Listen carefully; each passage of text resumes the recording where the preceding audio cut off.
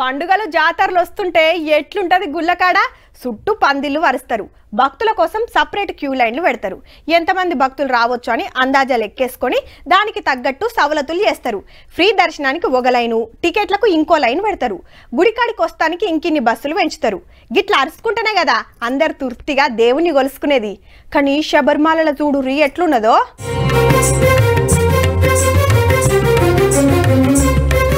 అడుగు తీసి అడుగు పెడతట్టలేదు.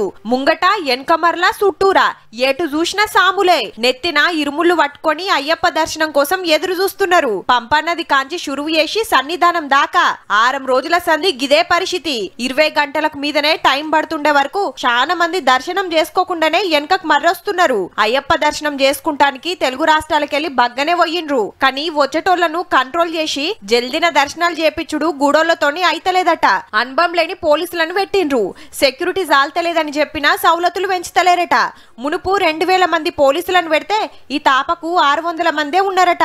18 బంగారి మెట్లెక్కి సాములు గుడి దగ్గరికి పోతారు. ఆడ మెల్లగా లైన్లు కదులుతుండే వరకు కొండ మీదనే 4-5 గంటలు పడుతుందట.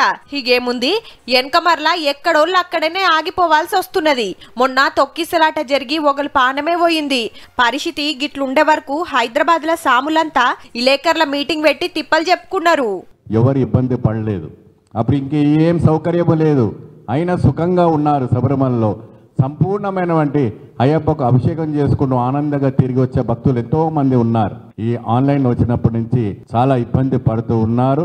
భక్తులకు సరిపోను సవలతులు చేయాలి. వచ్చేటోళ్లకు జల్దిన దర్శనం చేపించి పంపాలని కేరళ సర్కార్ కు ఉత్తరం రాసిండు సెంటర్ మంత్రి కిషన్ రెడ్డి సారు. ఇప్పుడే గిట్లుంటే ఇక జ్యోతి దర్శనానికి ఇంకెట్లుంటదో.